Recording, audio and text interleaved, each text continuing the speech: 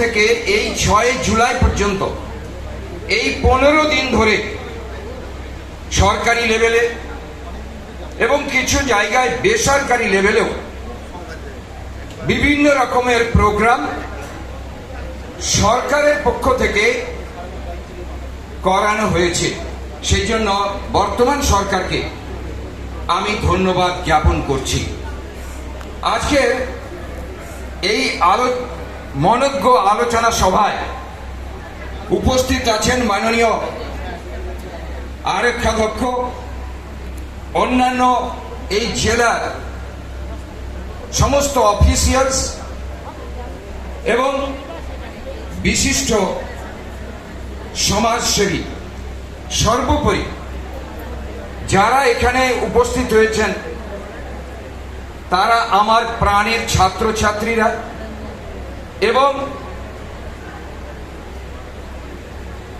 বিভিন্ন বিদ্যালয়ে শিক্ষক শিক্ষিকারা এখানে আছেন।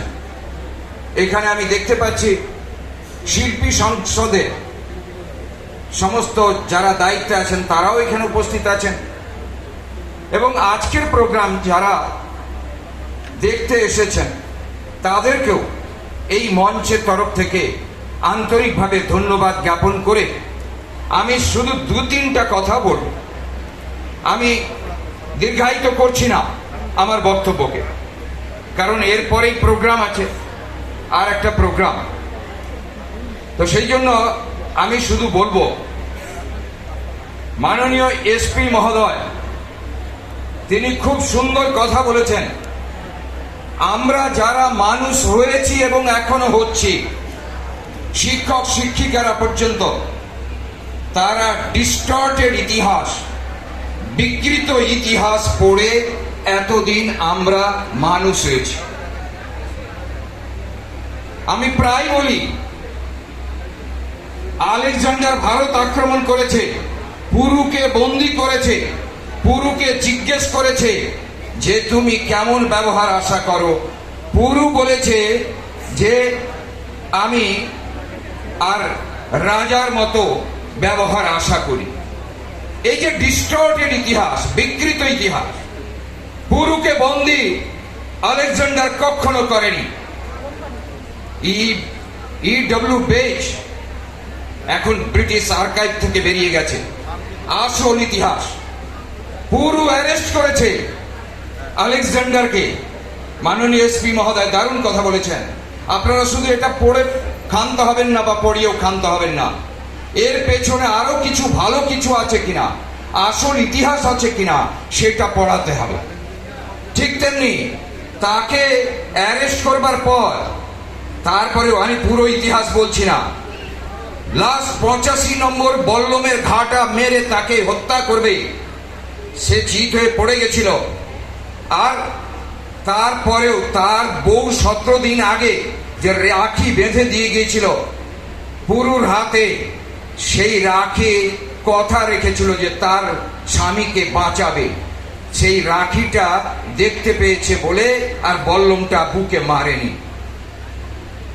এই ইতিহাস আছে, বীরত্বপূর্ণ ইতিহাস।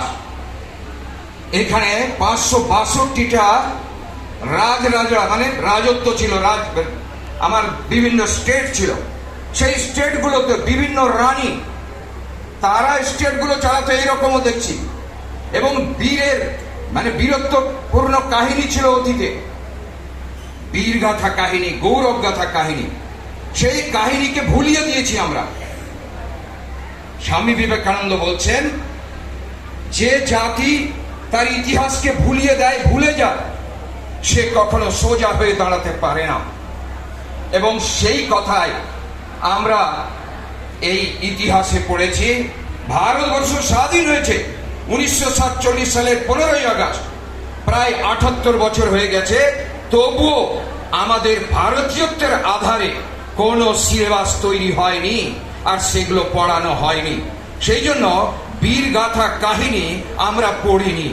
আজকে ডক্টর শ্যামাপ্রসাদ মুখার্জি, তিনি 3টা ব্যাপারে তাকে তো স্মরণ করা যায়। একজন হাইয়েস্ট লেভেল অফ এডুকেশনিস্ট, এইরকম হয় না, এত উঁচু লেভেলের এডুকেশনিস্ট। তো তার শুধু এডুকেশন সম্বন্ধে কি ধরনের, ক্যালকাটা ইউনিভার্সিটিতে তিনি ভাইস চ্যান্সেলর হয়েছেন পৃথিবীর ইতিহাসে মাত্র 33 বছর বয়সে। এত ছোট্ট বয়সেতে আর কেউ ভাইস চ্যান্সেলর হয়নি।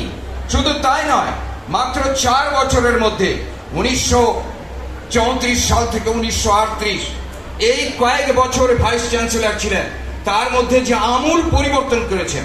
আমরা টিচাররা বিটি পড়তাম আগে, সেটাই বিএড হয়েছে। সেটা কার অবদান? বিটিটা আমাদের ডক্টর শ্যামাপ্রসাদ মুখার্জির অবদান। উর্দু, মুসলিম উনি ছিলেন কে? উনি নাকি সাম্প্রদায়িক। উর্দু প্রথম ক্যালকাটা ইউনিভার্সিটিতে সংশ্লিষ্ট কে করেছেন? ডক্টর শ্যামাপ্রসাদ মুখার্জি। আমরা নকশি কাঁথার যে কবিতাটা পড়ি সৈয়দ জসিমউদ্দিন লিখছেন যে স্যার যদি না থাকতেন তাহলে আমি এই কবি হতে পারতাম না। তার যে কবিতা নকশি কথা মাঠ, সেটা উনি কি করেছেন? ক্যালকাটা ইউনিভার্সিটিতে জুড়ে দিয়েছেন, ওই কবিতাকে জুড়ে দিয়েছেন। এইভাবে তাদেরকে বড় করার চেষ্টা করেছেন। আমাদের শ্যামদা বললেন যে এখানটায় কাজী নজরুল তিনি বিছানায় শয্যাশায়ী, তার ওষুধপত্র সব কিছু তিনি তার ব্যবস্থা করেছেন। বললেন আমরা বাঁচতে পারতাম না যদি ডক্টর শ্যামাপ্রসাদ মুখার্জি না থাকতেন। অথচ তাকে এরকম কালিমালিপ্ত করার চেষ্টা হয়। তার ইতিহাস আমি বলবো, সবাই সম্পূর্ণ পড়বেন, এখন তো পুরো সিলেবাসে আসবে। দ্বিতীয় হচ্ছে যে বাংলা ভাগ, মানে ভারতবর্ষ ভাগ হলো কিসের জন্য? ভারতবর্ষ ভাগ হলো দ্বিজাতি তত্ত্বের উপরে ভিত্তি করে, হিন্দু মুসলমানের উপরে ভিত্তি করে। তো হিন্দু আর মুসলমানের উপরে ভিত্তি করে দ্বিজাতি তত্ত্বের উপরে ভাগ হলো। ভাগ হয়ে যাওয়ার পরও 1905 সালেতে বঙ্গভঙ্গ আন্দোলন হলো। বাংলা তো ভাগ হয়ে গেল। 1911 সালে জয়েন্ট লাগলো, ভালো কথা। তাহলে 1946 সালে কেন আবার আমাদের ক্যালকাটা গ্রেট কিলিংস হয়ে গেল? কেন নোয়াখালীতে মার্ডার হলো? সমস্ত লক্ষ লক্ষ হিন্দুকে মারা হলো। তার প্রতিবাদ কে করবে? ডক্টর শ্যামাপ্রসাদ মুখার্জি করেছেন। ডক্টর শ্যামাপ্রসাদ মুখার্জিকে পড়তে হবে না? হিন্দু মুসলমান হয়ে গেল বলেই আমাদের যারা মুসলিম ছেলে মেয়েরা আছে তাদেরকে প্রকৃত সত্য জানতে দেওয়া হবে না? জানতে দেওয়া দরকার আছে। আমরা যে বাংলায় বাস করছি, এই বঙ্গপ্রদেশ, সেই বঙ্গপ্রদেশ কার সৃষ্টি? ডক্টর শ্যামাপ্রসাদ মুখার্জির সৃষ্টি। 76টা মিটিং করেছেন হুগলির তারকেশ্বরে।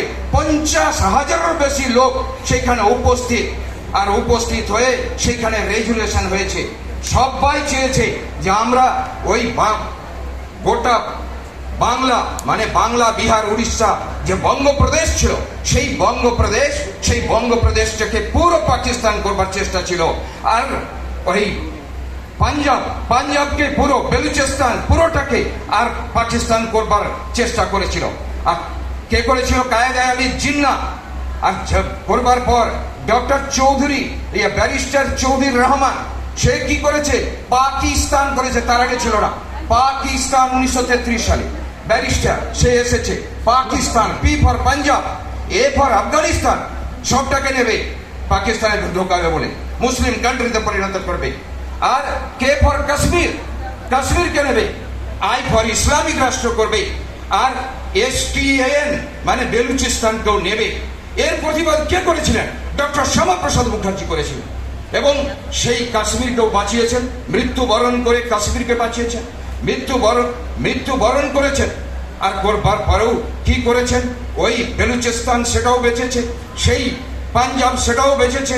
আবার আমাদের আফগানিস্তানের সঙ্গে সম্পর্ক তৈরি করার চেষ্টা চলছে।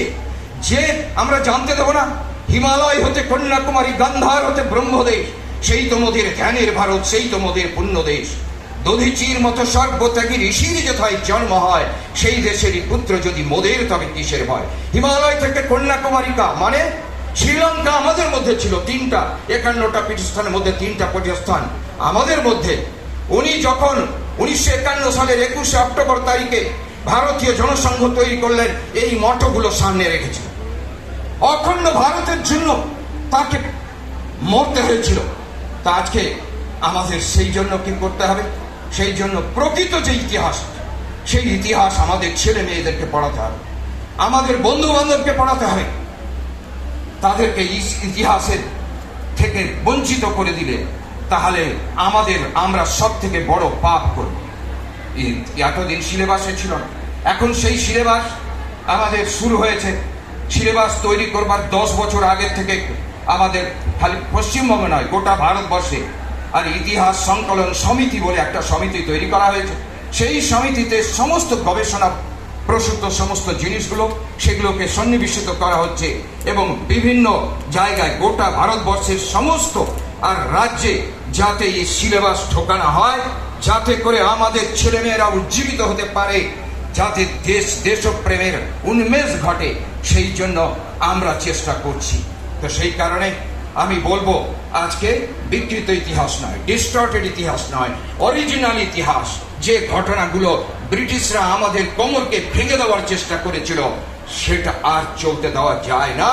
এই জিনিস করবার জন্য যে সমস্ত শিক্ষক শিক্ষিকা আছেন, যে সমস্ত ছাত্র ছাত্রী আছেন, তাদেরকেও বলবো যে প্রকৃত ইতিহাস পড়ানোর জন্য চেষ্টা করুন। তাহলেই আজকের 125তম যে জন্ম জয়ন্তী আমরা পালন করছি ডক্টর শ্যামাপ্রসাদ মুখার্জি, সেটা সার্থক রূপ পাবে। এই কয়টা কথা বলে সবাইকে নমস্কার জানিয়ে আমার বক্তব্য শেষ করছি। ভারত মাতার জয় হোক। জয়।